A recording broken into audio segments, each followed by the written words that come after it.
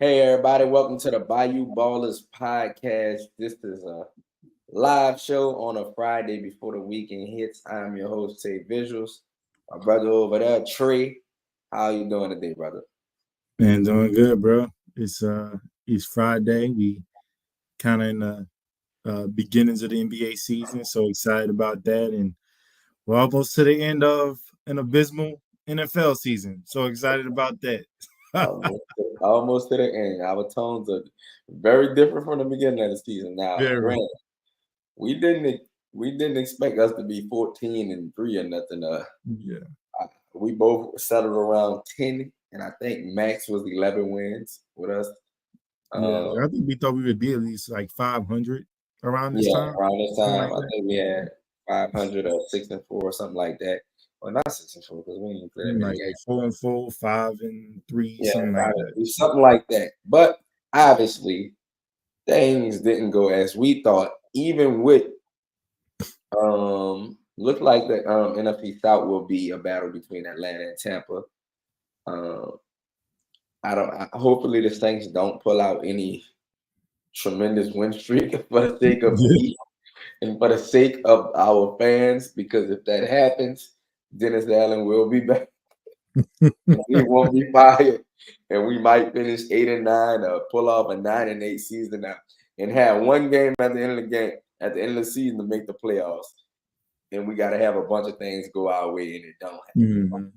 So I want to get your overall thoughts. Obviously, it hasn't gone how we thought it would, Yeah. but do you? Let's start with this to get the out of the way. Do you think Dennis Allen should be gone by now from this six game losing streak? Yeah, I think he should be gone by now. I think he should have been gone after the Denver game. Mhm. And I know a lot of people have spoken to the injuries, but for me, we've been relatively healthy on the defensive side of the ball. Now everything's going to crap because you lost Paulson Adebo, Marshawn Lattimore, Kool-Aid McKinstry aren't going to be playing. So that's your top three outside cornerback. So now Alante Taylor's going to shift outside. Rico Payton, who's a reserve for you, he's probably going to play, but also injured. So now we're starting to see the injuries take a toll on the defensive unit. But I felt like during that losing streak, we were horrible, missing tackles, penalties, and Run, that's a reflection of the head defending the coach. run. And the offense, we know was abysmal. They were ravaged by injuries, but they were kind of starting to look bad before the injuries stockpile with them. But as a defensive head coach, your defense can't be the unit that just looks devoid of talent and want to. And I felt like enough was enough in terms of the wheels starting to fall off the defensive side of the ball that you could have made an in-season change. Mhm. But we decided not to go with it. And, you know, we got to figure out what the rest of the season is going to look like. And to your point earlier, I don't need any fake victories because right now we're in prime draft position to get a transformational piece to help us moving forward. Obviously, that puts you in quarterback territory too, but I think there's a lot of great wide receivers, a lot of great defensive linemen that we could be looking at where we are. I think we're ranked fifth right now in draft position. And I think you got to really start playing for your future. And I want to secure a top five pick at this point in time because we've lost way too many games to be able to catch up in the standings with Tampa Bay and the Falcons at this point.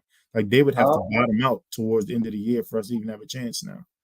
and granted, the Falcons and Tampa Bay has beat us this season, so that's a Yep. game.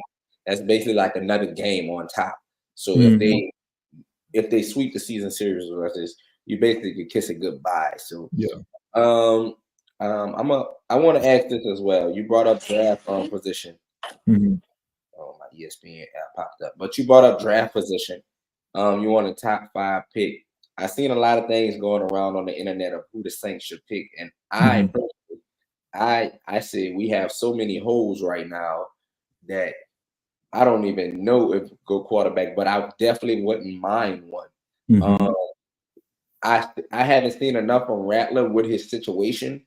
Um, Hmm. Basically no wide receivers. He played 3 games in 11 days, I think, Yeah. and it just was horrible on the offensive end. I don't know how you throw a guy in there and don't. trust him or give him a chance to make plays down the field with his arm. You might as well should have just put Jake Hayner in there from the get go if you wasn't gonna let him push the ball down the field. I didn't see it was nothing to lose, but I say safety was a void. Obviously, you're not getting a safety with a top pick like that. Wide receiver, we definitely know that's a void. Shaheed got injured. So that's another pressing need that we will get. I don't know why we don't address none of this at free agency. A defensive end, we addressed it with Chase Young, but obviously he's not having a good year. And our linebacker, we drafted some linebackers this year who I think will maybe probably fill a void as a unit. But Pete Warner, he has an injury history these last couple of years. D Davis getting up there in age. But we had our guy we talked about preseason, Orgy, and one other guy, Willie Gay. So they're pretty young, but it's a bunch of holes. Wide receiver, DN is probably the main ones for me. And we're gonna need a running back as well. Obviously, we're not gonna get a running back that high. But what is your prime position? Do you think trading back is? Well, trading back for me is right now is not an option, especially if you get that high of a pick. I think if you end up, in the 8 or 9 range, maybe you can consider trading back, getting some more draft capital, and still getting your position of need. I think for me, it all depends. I kind of talked about it today on the timeline of, I kind of feel like we're going to get the Derek Carr. We saw his last 3 starts, which wasn't that good. And if we don't win enough games, I think Dennis Allen is gone. And I have to start thinking about, okay, what does a new coach want? And we like Spencer Rattler. We like him. I still believe in him. But has he shown enough in that short stint to warrant even a new coach coming in and saying, okay, I'm going to stick with this guy and we'll just go BPA at that. Let's say we get pick number 3. If Shedeur Sanders or Cam Ward is there, how do you not take a look? I'm not saying we definitely have to pull the trigger on that. I'll say this. Not the job, but if we're getting a new coach, I definitely think we're going to be getting a quarterback. If we have a number 3 pick, if those 2 are there, I obviously think we're going to get a quarterback. But if you're not drafting quarterback, for me, it's if we got that high of a pick, that's crazy. That we'll have that high of a pick. Brandon, we're playing Carolina, and this might have a little effect on the odds. And I don't want this game to be a game where we win and DA comes to the presser and like this is what we're capable of again. Well, contending for the worst team in the league. Again, like for the 3rd year, Carolina Panthers. So I don't want this. I think most Saints fans won't be fooled by this. Because we know how bad the Panthers is.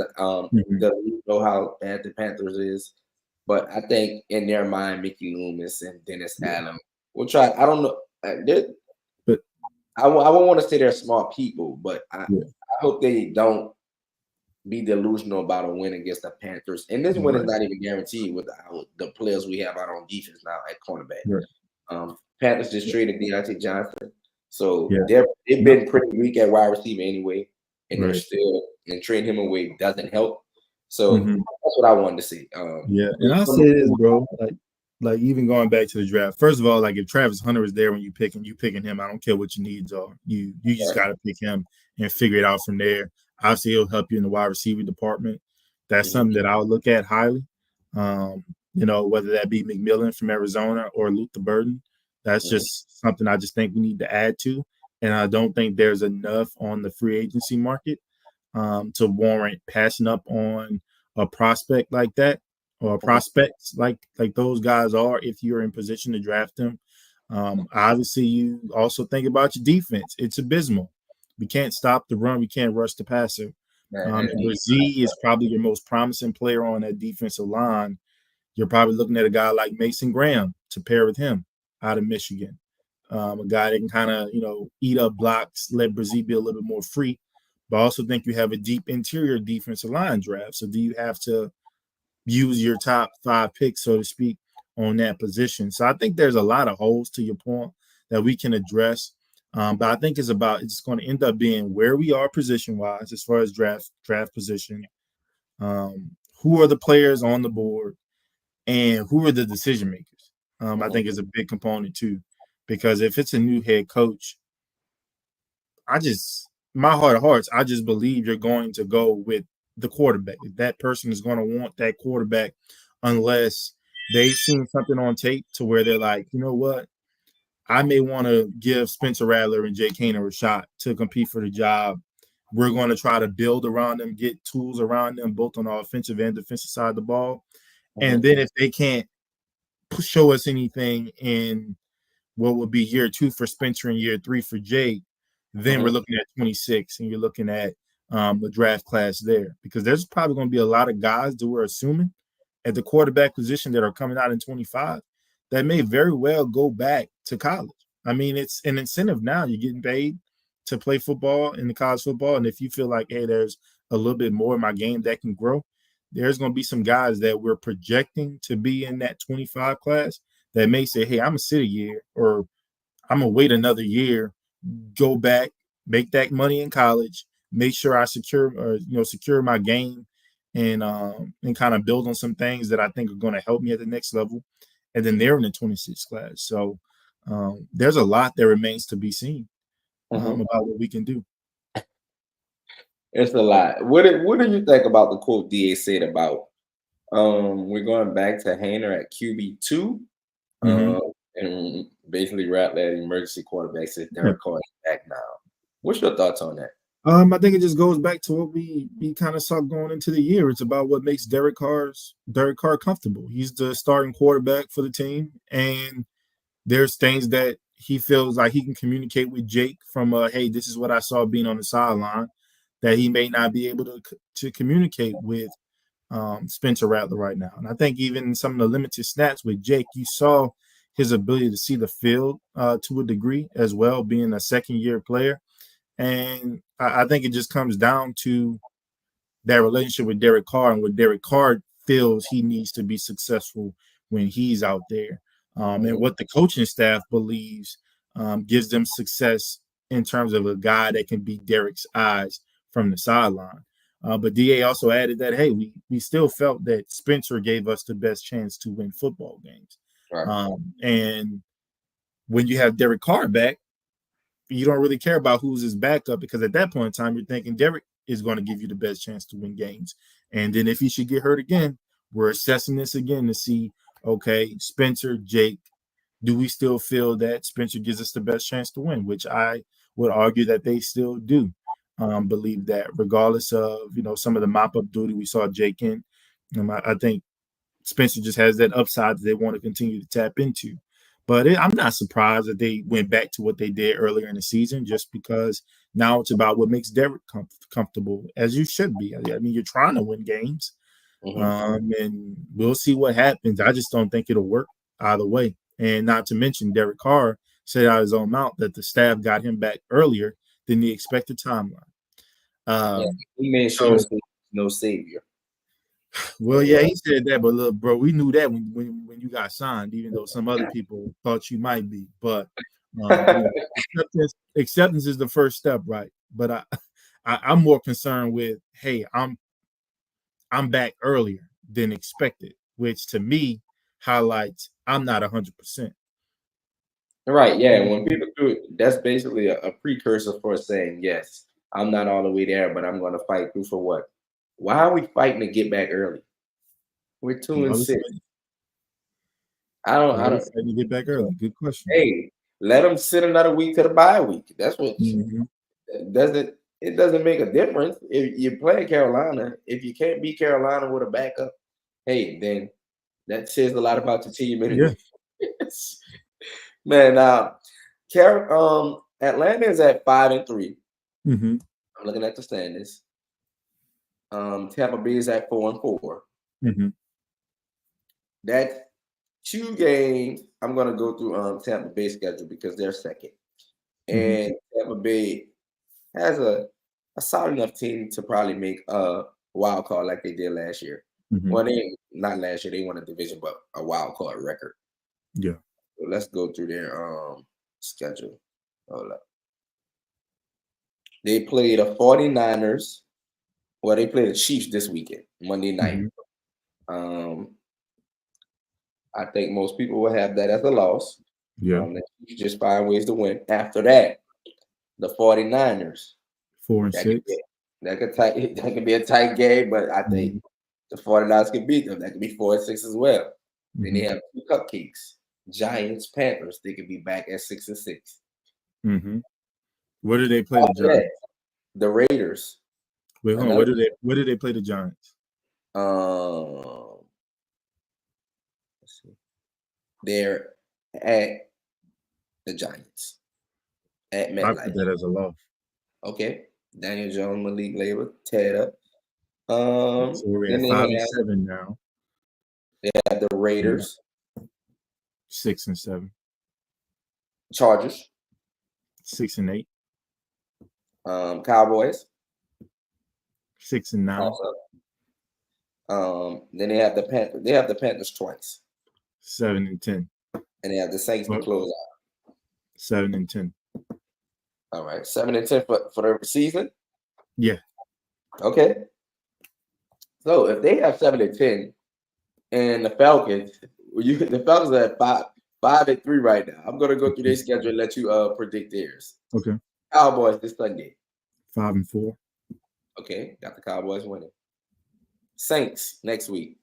5-5. Okay, 2 losses in a row. Broncos. 6-5. Chargers. They're home or away. Look like the Falcons at home. 7-5. Vikings. 7-6. Raiders. 8-6. Giants. Home. 9-6. Commanders. 9-7. Panthers. To end the season. I'll do 9-8. You'll do 9-8. So you think the division will be won at 9-8 again? Yeah.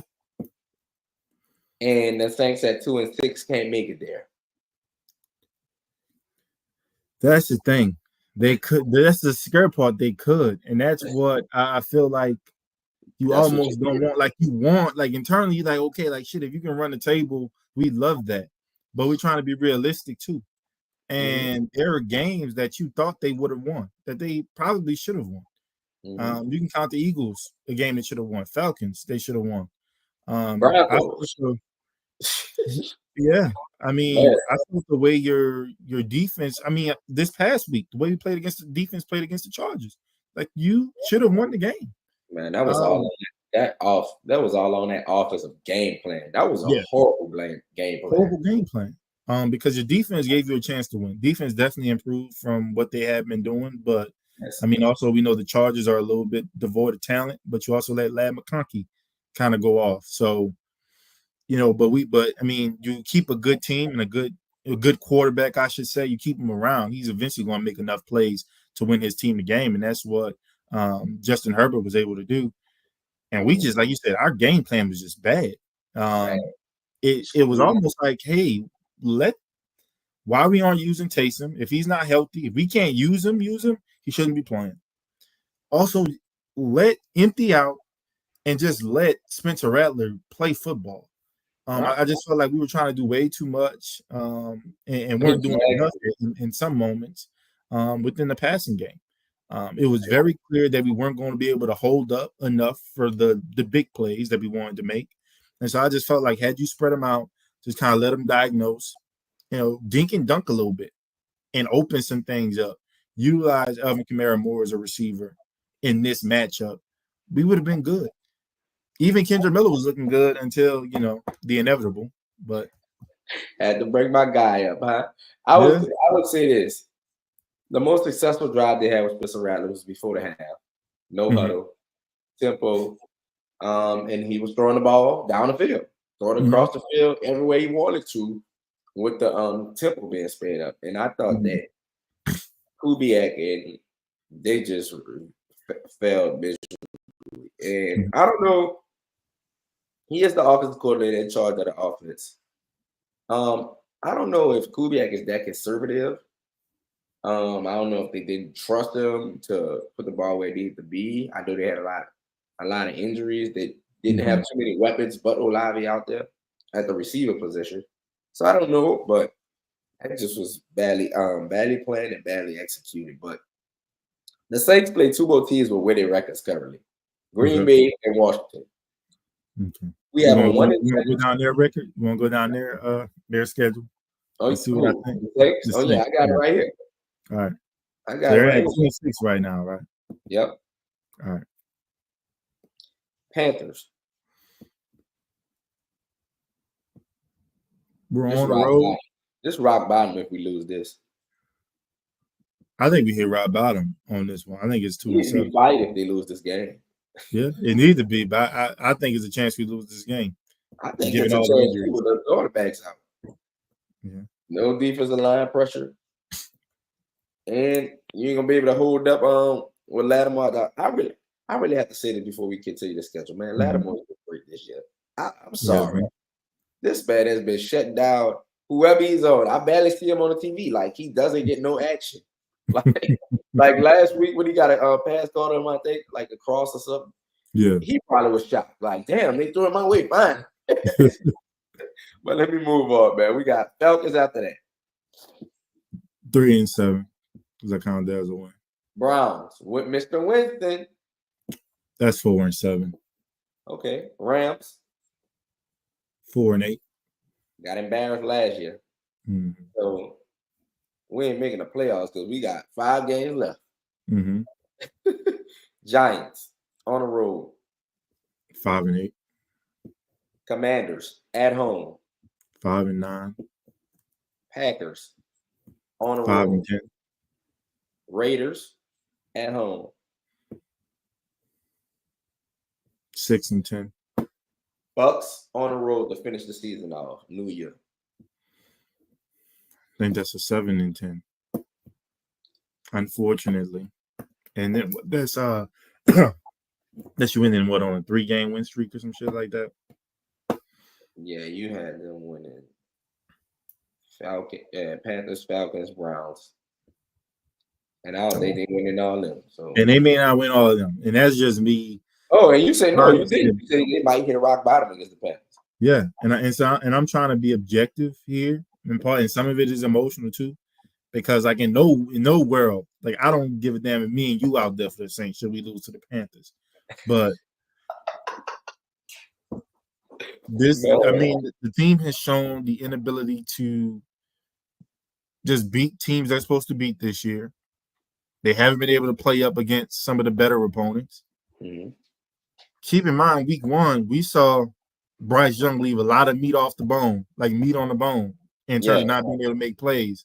Open big play. Now you're down your top 3 or your top 4 corners.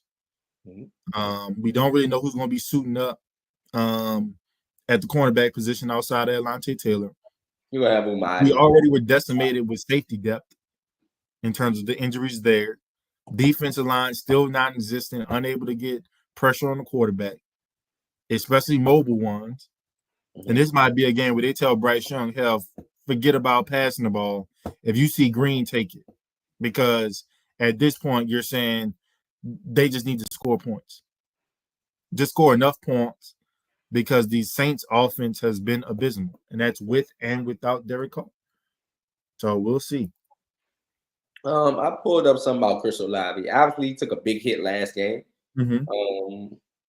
Great throw by Rattler, but he just couldn't hang on. I think it turned over to be a fumble? No, they called it a catch and that he was down by contact. Is what they ended up calling it. Okay. Oh yeah.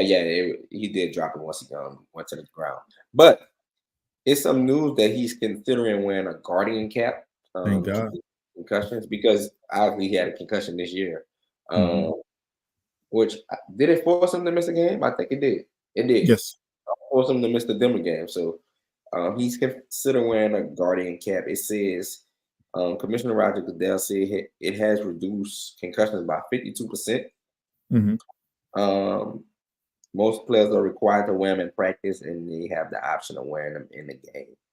He said he's still considering it. This is Chris Olave. I was considering last game, ended up going with the regular helmet. What do you think about him wearing a Guardians cap? He needs to wear it.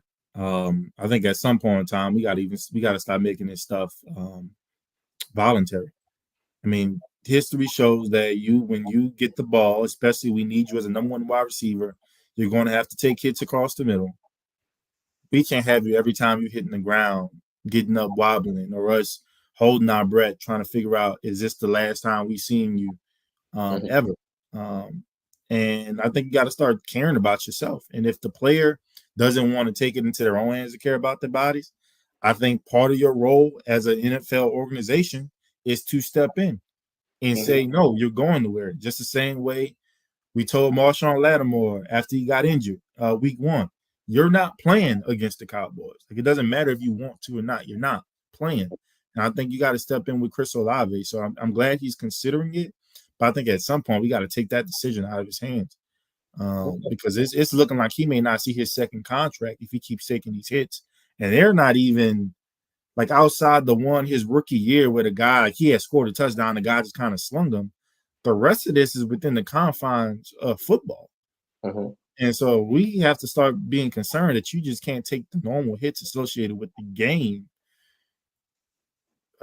It's just going to be a little bit difficult in trying to figure out how do we move on. I think that's probably why wide receiver is even more pressing than it's ever been with the New Orleans Saints, because you want Chris Olave to be your top guy, but you can't trust him to stay on the field. You're still trying to figure out what you have in Shaheed as a number 2, number 3 guy. And we were hoping this year would be something that could show us that, but he got injured. So I don't know. But he needs to wear the cap. I think it's a non-negotiable. Like, if you're asking me, it's a non-negotiable, but I hope he makes the right decision. Okay, let's move on to a little bit of NBA. And the NBA injuries are racking up early. I'm disappointed. I'm just gonna roll off some names that have been injured. Steph Curry, Paolo Banchero. We got Herb Jones out, CJ McCollum out, DeAnthony Melton, of course, Embiid and Paul George. DeJounte Murray. Who else? DeJounte Murray. Oh yeah. First game, DeJounte Murray. The Pelicans have been hit with injuries. That's three starting players for them: Herb, CJ, and DeJounte. So I'm not gonna ask about the injury. I want to ask more about how the season is going so far, and what do you see just from? I know it's hard to lock in on so much going on right now with the NFL and the NBA. A lot of people just tuned into their favorite teams and players right now. As the NFL season winds down, NBA will pop up. So, what are your thoughts so far on the NBA and what you thinking? Man, one, the injuries are just kind of disappointing, especially for some of the stars in the league, like Paul George, Joel Embiid, and obviously some guys that are integral to what the Pelicans want to be this season with CJ McCollum, Herb Jones, DeJounte Murray. So it kind of makes it a little bit hard to assess what these teams will look like. Like, even with the Spurs, you were missing Devin Vassell majority of the games. I think he's going to be back next week. Trey Jones gets injured the first game of the year. So you don't even know what you have as a team. And I think it's kind of hard to really evaluate who these teams are now and who they will be, and where you probably didn't really start to see injuries maybe until closer to that Christmas break and kind of going into January. To have these things happen so early in the season, it kind of sucks because you want to get excited, but you can't even really judge who you are against some of the best of the best. And so at the very least, it may mean that guys are healthier come close to the postseason race. So maybe I'm hoping we're getting the injury bugs out early in the season, so later in the season we can have everybody at as close to full strength as they possibly can be at that point in the year after 82-game regular season. But on a more positive note, man, there's been some good teams. Like the Cavaliers are kind of coming out hot. They're undefeated right now. I think they're the last undefeated team. I think maybe OKC is undefeated too. But I'm excited to see the Cavs kind come out hot. The Boston Celtics and what they're doing and being dominant. That's always good to see. I think you're starting to see a little bit of an edge with Jason Tatum Yep. and Jaylen Brown. And they still haven't gotten Kristaps Porzingis back yet because he's recovering from off-season surgery. So it's going to be exciting to see what they look like when they're at full strength because we saw kind of what they looked like when KP had those limited spurts in the NBA Finals and was virtually unguardable. He was on something, man. I'm trying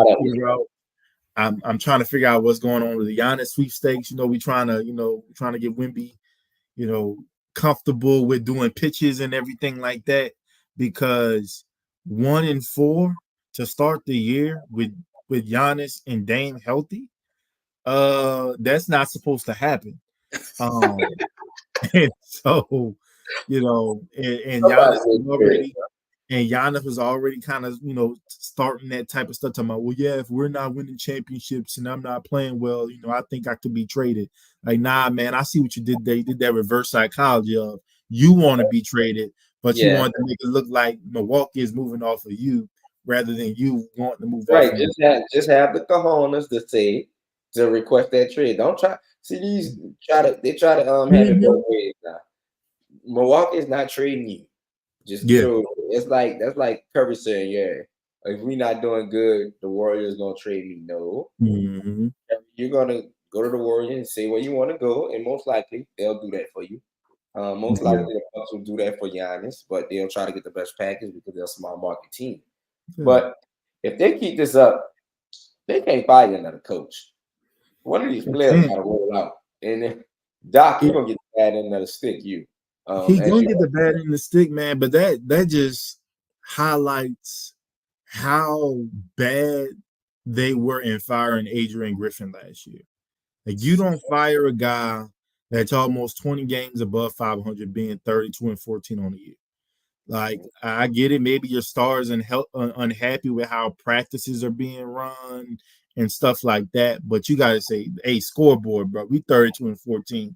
Like, we're paying you a hell of a lot of money to figure it out. But you bring a guy, you fire him, you bring Doc Rivers in, come to find out y'all hired him as a consultant at the beginning of the year, almost as if you always wanted to do it. And he's below 500 in all the games he's coached to date. Like, it's embarrassing. You know how I feel about Doc Quivers anyway. Yeah. And a team with Damian Lillard and Giannis Antetokounmpo should not be looking this bad. I guess one thing to just have a bad start, but they have looked horrible. Players around them have looked horrible.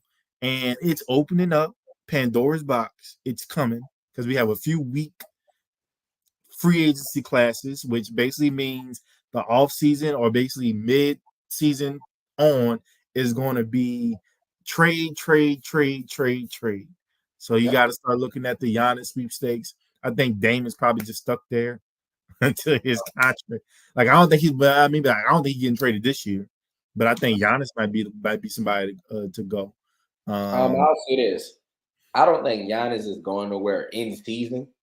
I don't know the last time we saw a big player move like that during the season.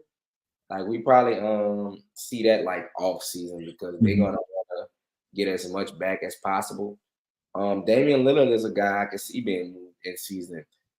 If Milwaukee is willing to accept that they made a mistake with the trade, because obviously they wanted to go to Miami. Miami wanted him. And Milwaukee came in last second, kind of like what Cleveland did with Mitchell, with the Knicks, with the big markets. So if it tends to go this way, I think somebody will grab Dame. A team who wants that explosive playmaker who can logo threes and who shows up in the fourth quarter. Obviously, Giannis and him aren't meshing. So if Middleton with his injury, if Milwaukee admits that they made a mistake, it doesn't fit over there, get off and get some assets back. But I don't think they're going to do that, though, because they've been early round exits in the playoffs, and Giannis hasn't been there. He's been hurt. He hasn't been there in the playoffs. He's been injured. So he has to take some accountability, be healthy around playoff times. because I think we both think they're going to make the playoffs. Now, the Mhm. seeding is important for them, obviously. But yes, Doc Rivers has to get it together, and if he don't, I think Dame can be moved because there's no excuse of hey, we this was our first year together this year. It's the second year, and we know the NBA they move fast on things. Mhm. Like NFL with quarterbacks, you're not getting it done, bench, Yeah. you're done. Like Yeah. ain't no time for it in the NBA when you have superstars on the court. Yeah. So, I will say this though about Milwaukee. Obviously, I don't think they can beat Boston. Mhm. Boston is well oiled. Their chemistry is just keep building and building. They have a great supporting cast around those guys. Mhm. And oh yeah, side note, how the hell Lonnie Walker don't got a job in the NBA, man? What's going on? Uh, I guess the new thing to do is blame CJ McCollum with the collective bargaining agreement because Man, basically you don't have teams can't with the whole second apron thing. They can't bring in vets yeah, the way they yes. once could. Because if Boston would have signed Lonnie Walker, of course, for the vet minimum, it would have cost them in reality $10 million. So this gotta stop. We got Lonnie Walker's not even considered a veteran. He's been in the league in a minute, but he's Yeah, like 25 or something. Like yeah. this man, we have to start with we gotta have veteran players who fill that out and a couple young guys and the rest of our bench, Mhm. 19, 20-year-old guys who can't play yet, And who are projects.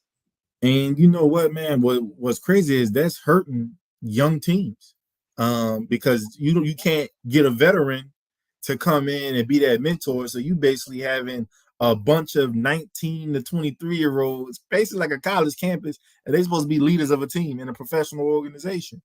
It's So they got to figure that out. I think part of it was you're trying to get rid of super teams to a degree, and I get that, and they are everybody was biased. whining about that, but in a way, it was also an overreaction because super teams weren't really winning championships. When you look at the landscape of the teams that were out there, it They wasn't just super stop teams the winning. Warriors So and the Clippers, bro. yeah, They and just stop the Warriors and the Clippers. Steve Ballmer spinning crazy, and the Warriors spinning crazy as well. guess They what? like to stop those two What teams. what did the Clippers do with their super team? Nothing. Exactly. Warriors had the KD thing for a 3-year stint, winning 2 championships.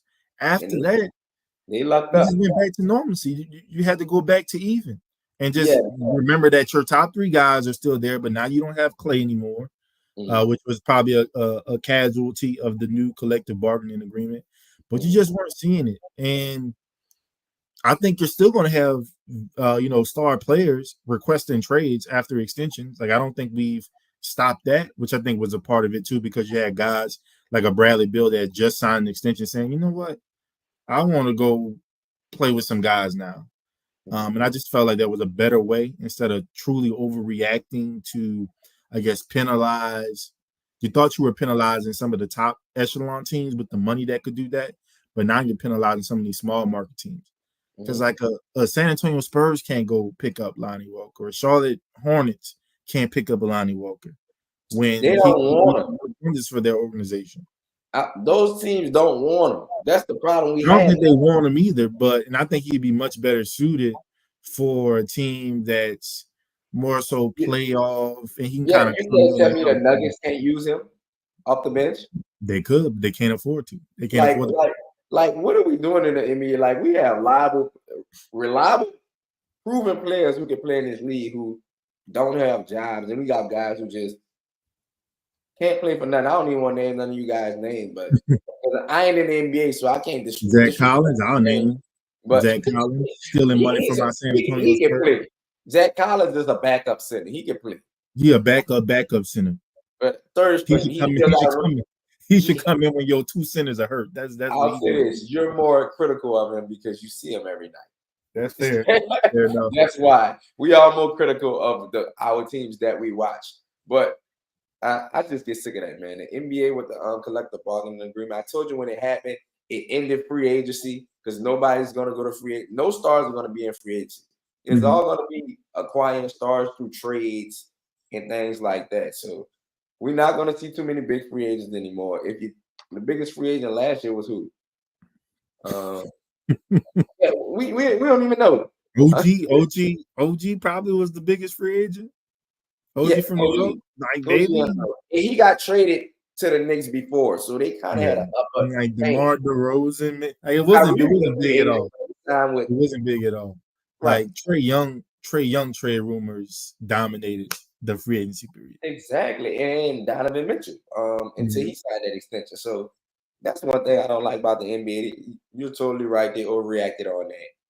But one more thing I want to touch on about the NBA. We didn't get to our awards and pitch yet, so we're gonna do a Mhm. couple of them right now while we at it.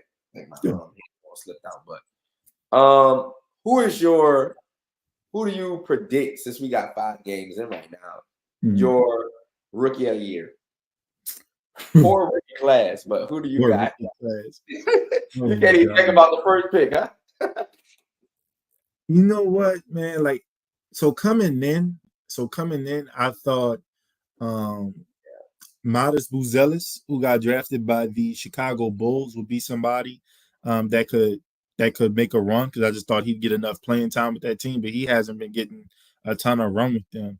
Um, and Ryan Dunn with the Suns, he's looked pretty good too.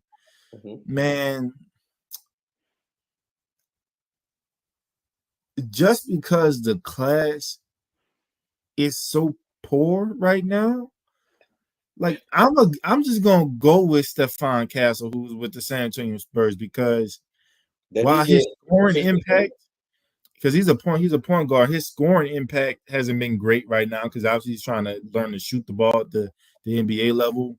But I'm starting to like what I see from an offensive standpoint, the way he's just puts a lot of pressure on the rim, and Mhm. then defensively he's been really good. I think it's going to be one of those, but to be honest with you, and I gotta look more at the rookie class, but it's going to end up being kind of how it was when Malcolm Brogdon won it, to Mhm. where there was nobody that really separated themselves, and Right. it was kind of, I guess, the one of the older rookies, because it was a guy that had been in college for a number of years, that played on a pretty good team, that just gets it. So Mhm. I don't think it's gonna be anybody that has numbers that blow you away the way Wimby's numbers blew you away, but it'll probably be somebody that's probably like on a contender but's contributing, and you just give it to them. But this rookie class has just been oh, The odds right now are Zach Edey first, Reed Shepard from the Houston Rockets, mhm. Zachary Rashire, the number one pick from the Yeah, yeah. and Sar from the Wizards, number 4, and rounds out the top 5. I think the guy you just mentioned is Matas Bruzelis. Yeah, and so that was like my pick. Like when I thought about it initially, of okay, these are guys that got drafted. This is who I would put as rookie of the year. Like Buzelis is still that guy for me, but I just haven't seen him get enough run. And if he's not getting enough of the minutes and things like that, like it could be a situation where you see the Bulls move off of a Zach LaVine, and now it's like, Yeah. okay, now this is your time to be free butterfly, and then you start to see him kind of stack up a lot of big games towards the end. Mhm. But I don't know if he's going to qualify for minutes and games played and stuff like that. But of the list you named, I mean, like Zach Edey is a guy that's getting a lot of run, playing with Ja Morant, so you're going to get force fed a lot of passes, so that could be somebody. I do think the Grizzlies might be a pretty good team this year too. So And who rounded out the top last two was your guy Stephon Castle, and then mhm. from the Lakers. Let's move on to let's go defensive player of the year. Last year, Rudy Gobert won it. Mhm. Got rewarded with a $110 million extension this season. Mhm. You think Wemby gets his first one, or do you think AD finally gets over the hump and gets his well-deserved? I think Wemby gets his first one, and I think it'll be kind of down to the wire between him and Chet. Like both of them are playing phenomenally Mhm. defensively. So the other day, Chet did really well. I think he had 4 or 5 blocks against the Spurs. Wemby Mhm. only had 6 points. Then last night, Wemby puts up um, a 5-and-5 game, 5 blocks, 5 steals for the second time in his career. Mhm. So I could see it being them two battling for that defensive player of the year. I think Donald's going to get fatigued with Rudy Gobert. So I don't think he's going to be kind of listed in that top echelon this year because They they should got have. their behinds handed to them last season. Because from an individual standpoint, he did not meet the metrics. The Minnesota Timberwolves as a team and as a unit were phenomenal. Number one defense in the league. But when you looked at him as an individual, he was not matching up to AD, Wemby, Bam. So, and obviously AD is going to always put himself in that number, but I think right now he's more so in the MVP race than he is in the Defensive Player of the Year race. Got you. Wemby is favorite at plus 140. Chet follows at plus 400. AD at plus 900. Bam follows him, and around out the top 5 is Evan Mobley. So Rudy is number 6. The reigning Defensive Player of the Year is number 6. So that says a lot about what they think about him so far. I think so far about how they're gonna go. Obviously, Wemby definitely has an advantage with his length and just covering so much ground on the court. It's like he should walk away probably in his career about 5 of the things if he was healthy. So, I'm gonna go with my guy AD, bro. Okay. I think he played enough games last year. Didn't get it done because they said, which was dumb which was didn't get it done because the team ranks obviously wasn't aligned with his, and Rudy team defensive stats was higher with McDaniels, Anthony Edwards, all those guys, Cat playing defense, Nickel. So, and one thing I want to see, because they use this against Wemby, his team is so bad. If he has another bad season, well, not him. If the team has another season where they win, 15 games, 20 games, will they still give him the Defensive Player of the Year award? Only if his stats are just separated by a big margin, I think. If he has, probably not. So I would say if he's still good individually, but the Spurs as a collective unit are still, 25th through 30th as a defensive unit. I think they may say, we can't. Like if your team defense is that bad and your record's bad, I think he may get affected again. And so that way, let's say, like I said, I think him and Chet are going to go down to the wire with this. Let's say OKC is a top 3 seed again, which I think they will be. And Chet has all the numbers. He may be separated by, one less block a game, one less steal a game. From a totals, they'd probably be, 10 or 15 off Wemby's totals. I think you may end up giving that to him, especially with how good of a defensive unit they have. With Dort being in there, Shai's growing as a defender. We have Alex Caruso over there in OKC now. So I can see, to your point, that playing a factor, team statistics and team record. Okay, let's go with 6th man of the year. And I'm gonna put up some 6 mans for you if you don't have none on your mind right now. 6 mans of the year. I think Malik Monk gets it this year. He got hurt. Yeah, he got hurt last year. He didn't get it. Naz Reid got it. Yeah, Naz Reid got it. But I think if Malik didn't get hurt, he probably was going to get it. And so I think Sacramento is probably going to push themselves back kind of within that top 6 conversation within the West. And I could see Malik being a big part of that because he was pretty much leading in most categories from bench players last year. And so I can see that. Also, if the Cavs continue to play as well as they're playing, you could see a Kyrie LeVert for them kind of taking that award too. Oh, I thought you went out. Okay.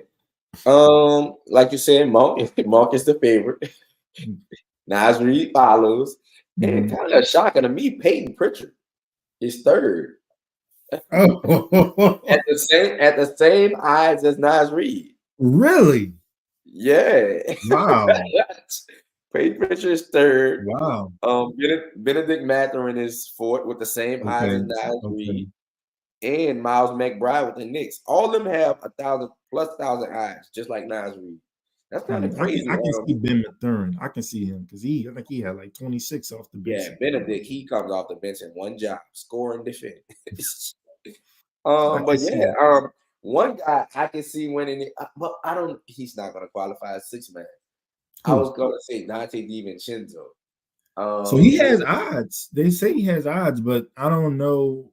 Yeah, like how can you have 2 Nas Reed and him? You could, because remember, with the Clippers, Lou Williams and Montrezl Harrell were in the room. Oh, okay. They coming at the same time. They chucking at the same time. All right, but yeah, I think Dante DiVincenzo can win it if he qualifies for it. Raining in from 3. Has something to prove, getting traded from his Villanova buddies. Mm-hmm. So I think I'll pick Dante DiVincenzo to win that one. And I think Nas Reed is going to start plenty of games that might take him. So I'm gonna go with that. Okay. We got the most improved player. I ain't want to jump to the big one yet. Most improved. Do you got one on your head without me pulling out some odds? Nah, I got somebody in my head. I'm just trying to think about. You're not a Spur, huh? No, not a Spur. So I don't have a Spur for most improved. Wemby. That's something the NBA do. I think he's a favorite for most improved, which is stupid. That's something the NBA does, which they shouldn't do. They need to stop.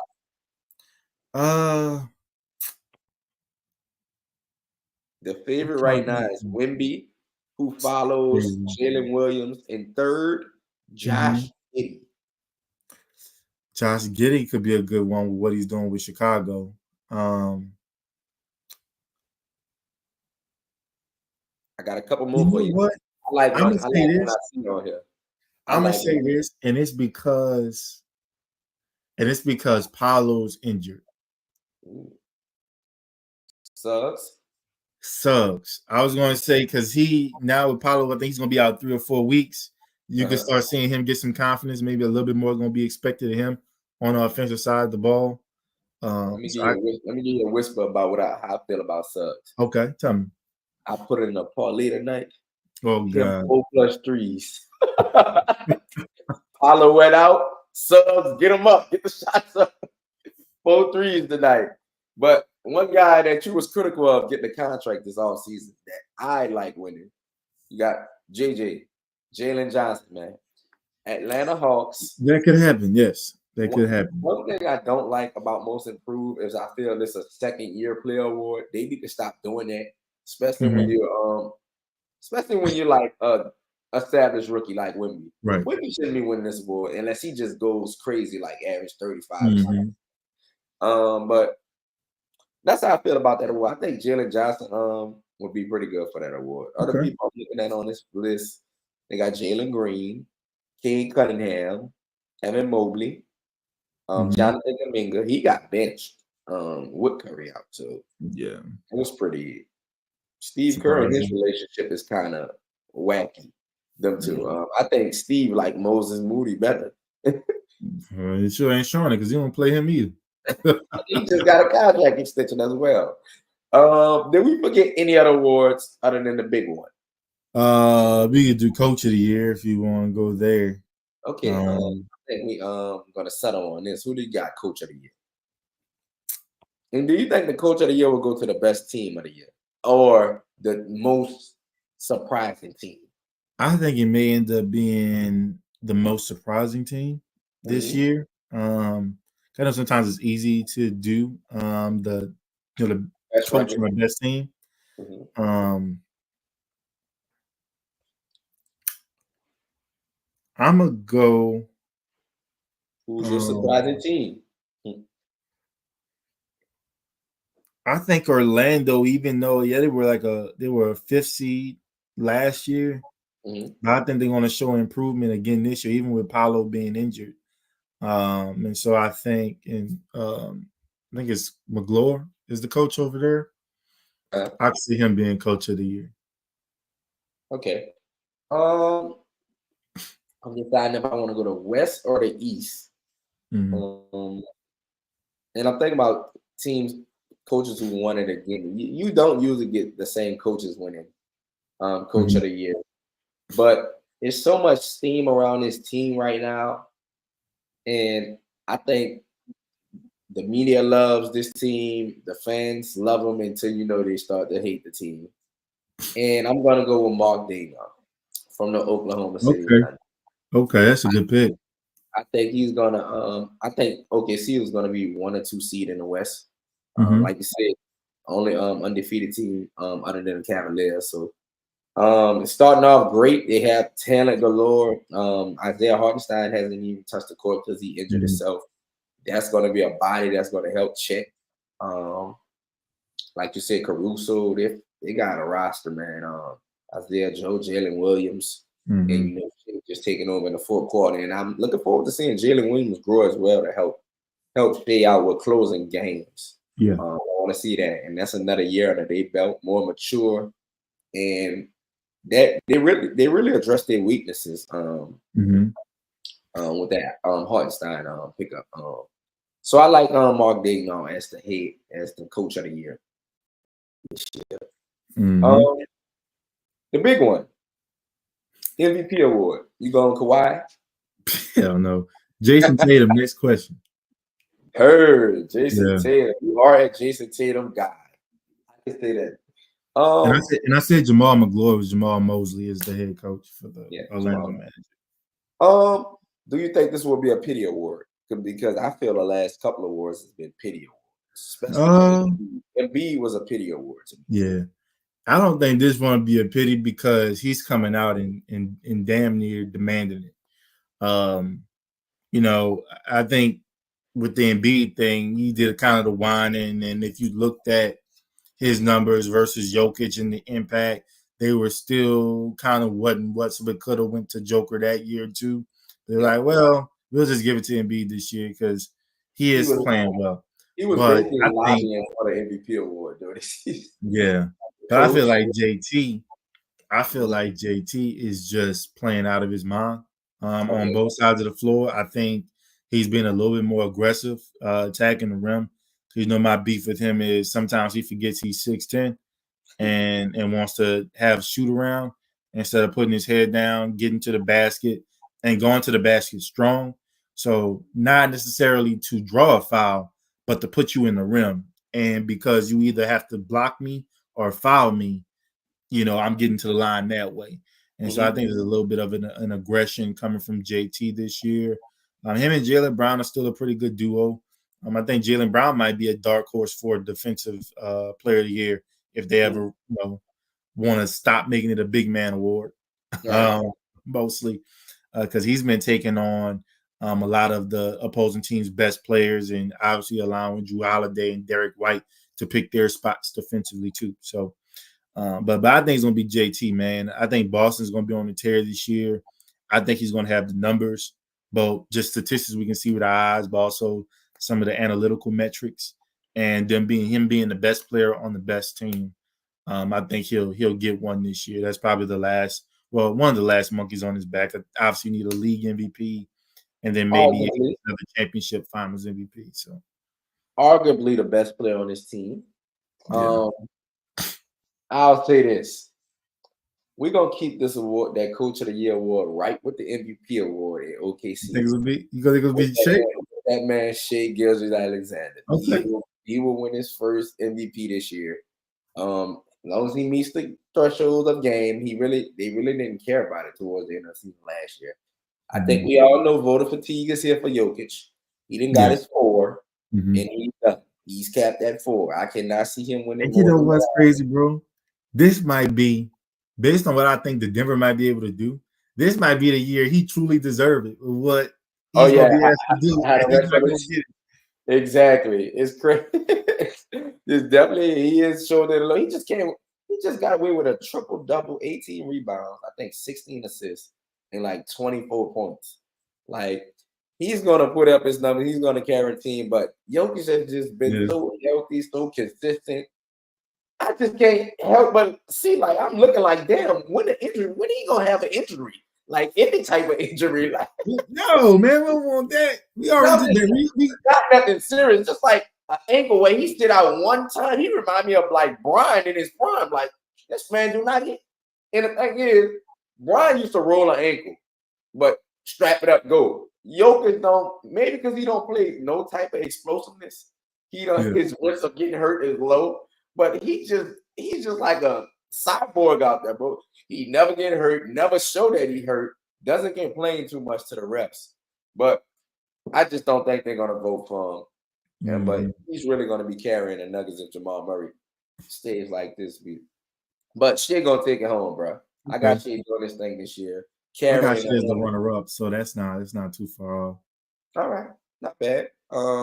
And they have Luka as the eye. They've been having Luka as the eye the last. Always, but I don't see it. They're trying to force feed Luka MVP.